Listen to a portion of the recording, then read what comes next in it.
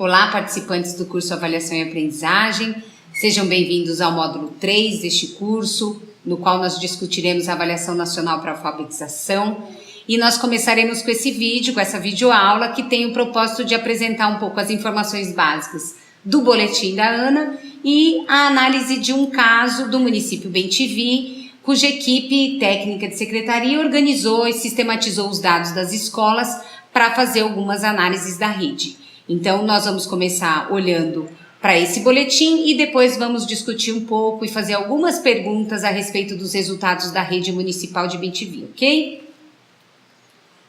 O primeiro slide que eu preparei, ele traz a matriz da prova ANA, né? Essa matriz é dividida em dois eixos estruturantes, um com leitura e o outro com escrita, e nessa matriz nós podemos ver as habilidades que estão previstas para cada um desses eixos. Após a matriz, nós temos um detalhamento dos níveis de leitura considerados pela ANA, né? E quais as competências que os alunos precisam ter em cada um desses níveis. Então, no nível 1, os alunos só leem palavras. No nível 2, os alunos fazem leitura e identificam informações explícitas em textos curtos, informativos e narrativos, e identifica assunto pelo título ou na primeira linha de poemas e texto informativo. No nível 3, os alunos já fazem inferências em textos de natureza informativa mais longos, localizam informações explícitas e o assunto do texto considerando o seu meio ou o final do texto. Já identificam a causa e consequência narrativas e compreendem a linguagem figurada em textos como poemas e tirinhas. No nível 4, aquele que é o esperado para o final do terceiro ano, os alunos já inferem o sentido de palavras em textos verbais e reconhecem os participantes de diálogos, além de também fazerem inferência de sentido e relação temporal em textos. No nível de escrita, a ANA prevê no nível 1 que os alunos escrevam palavras com consoantes e vogais, ainda com troca ou omissão de letras ou não. No nível 2, que eles escrevam palavras ortograficamente, frases, produção de textos narrativos com ausência ou inadequação de elementos formais. No nível 3, produção de textos narrativos com mais de uma frase, com poucas inadequações de elementos formais, evidenciando uma aproximação à norma padrão da língua. E por fim, o nível 4, que é o nível que a gente espera que eles estejam no terceiro ano, produção de textos narrativos atendendo adequadamente ao uso de elementos formais e da textualidade. Então, diante dessa matriz, no momento em que a escola recebe o boletim de resultados da ANA, quais são as informações que as escolas têm? E no caso, como é que a secretaria precisa organizar esses dados para poder fazer suas análises?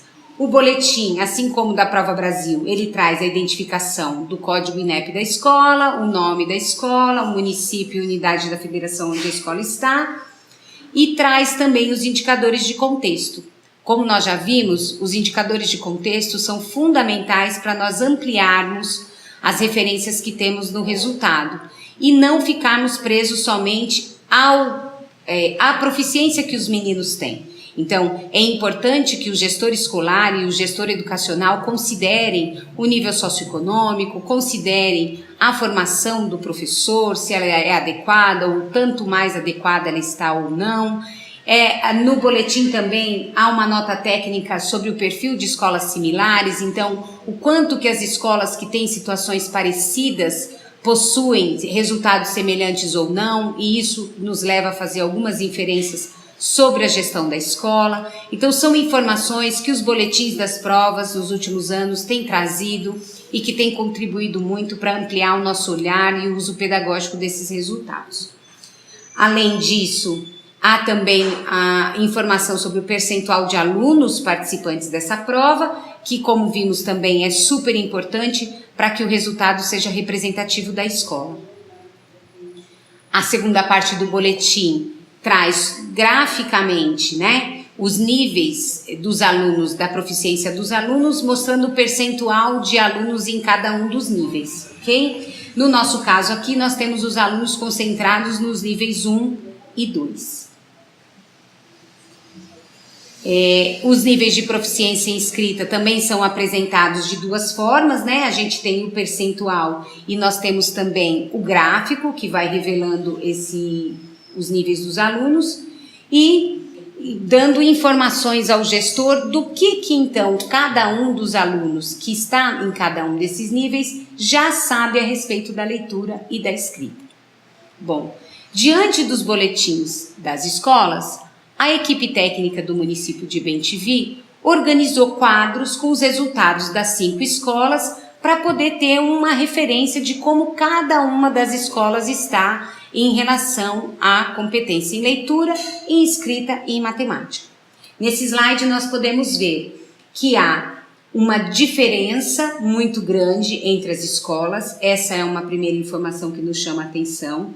Eu tenho a escola 4, em que 100% dos alunos está concentrado no nível 1, ou seja, ao final do terceiro ano, os alunos dessa escola ainda estão somente com competência de nível 1. Se nós retomarmos o que nós vimos lá, são conhecimentos muito rudimentares de leitura. Então, nós precisamos aqui, enquanto equipe técnica de secretaria, discutir com a gestão escolar quais são as condições que estão sendo asseguradas ou não para a aprendizagem desses alunos. O que precisaremos fazer para apoiar os professores para que eles consigam apoiar esses alunos a avançarem no conhecimento de leitura.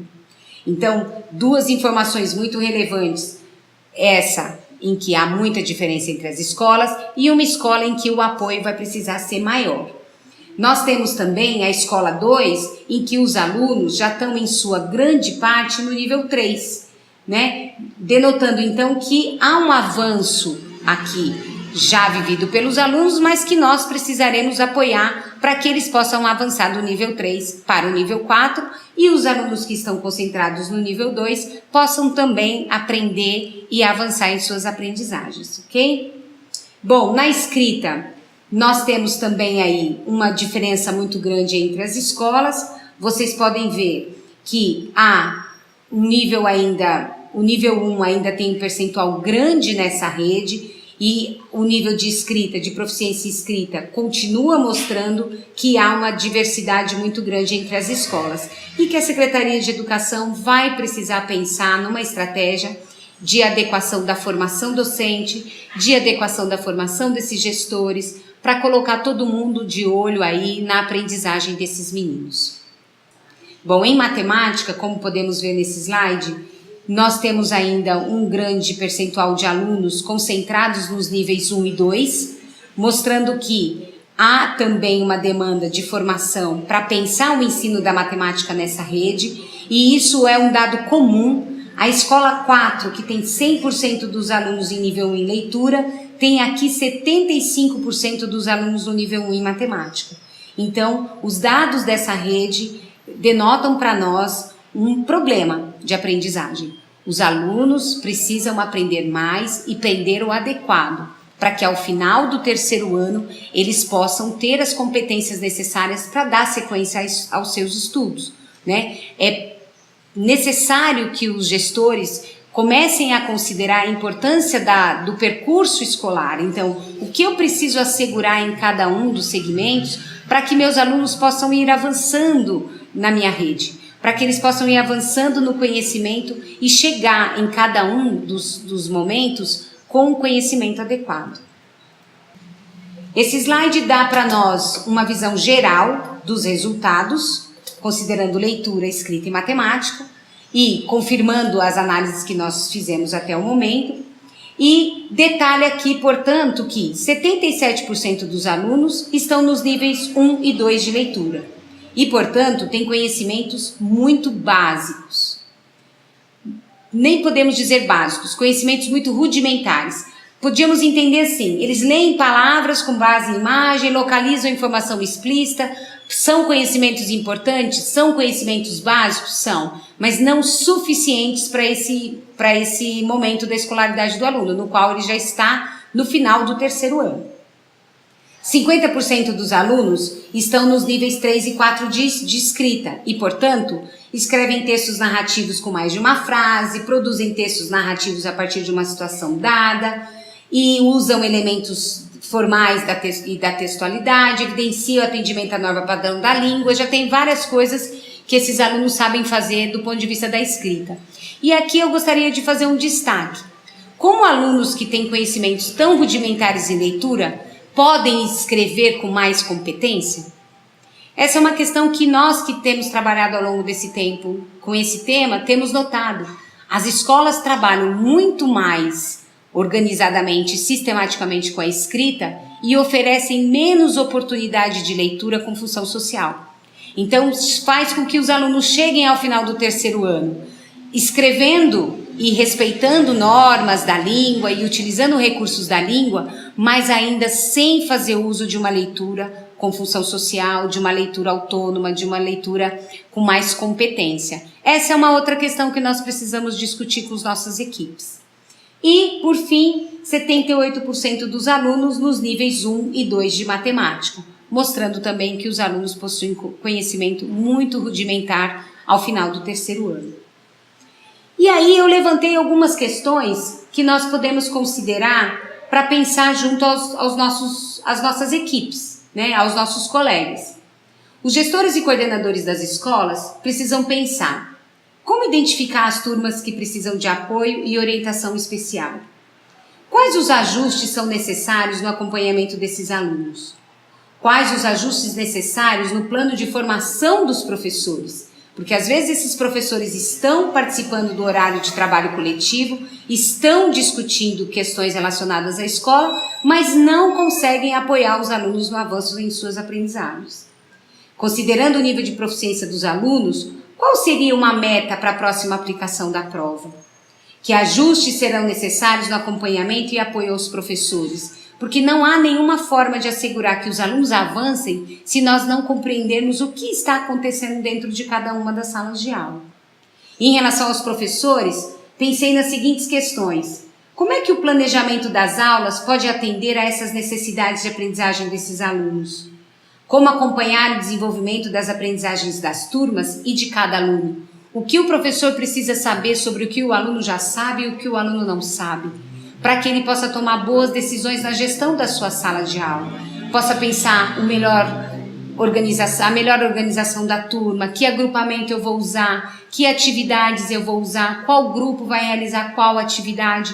Isso tudo são questões importantes para o professor considerar no seu cotidiano.